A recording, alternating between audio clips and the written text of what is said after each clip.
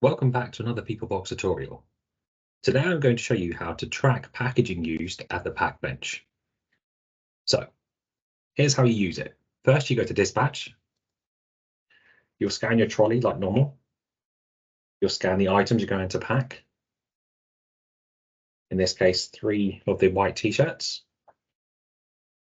Now you can see the cursor is on the scan package type.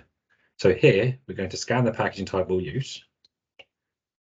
And if you notice, the weight has changed. So this would include the weight of this flyer bag, as well as the weight of the t-shirts if they're already entered under the item information. Once this is complete, you scan complete dispatch, and that will generate your shipping file. So how do you report on it? So let's go to reports. Scroll down on the left-hand side until you see dispatched items by package version 5, which is the current latest version. Select it, and then let's minimize that. Now we can go to filter. It defaults to packages dispatched in the last month. We can change that to package dispatch timestamp is today, to run today's data. Then we go to columns.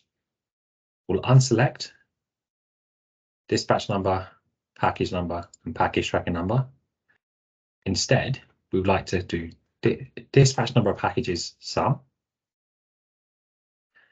and then scroll down to package type name, group by value, package type barcode, group by value. Then we go across to sort, remove the pre-sortation filters, and then select run. Now we've looked at every single package dispatched today. We can see total number of packages, 5. For the package type name, flyer bag, and that's the barcode for that. So if you had multiple package type names, they would appear on this list, and you can see how much of that you have used over that particular time period.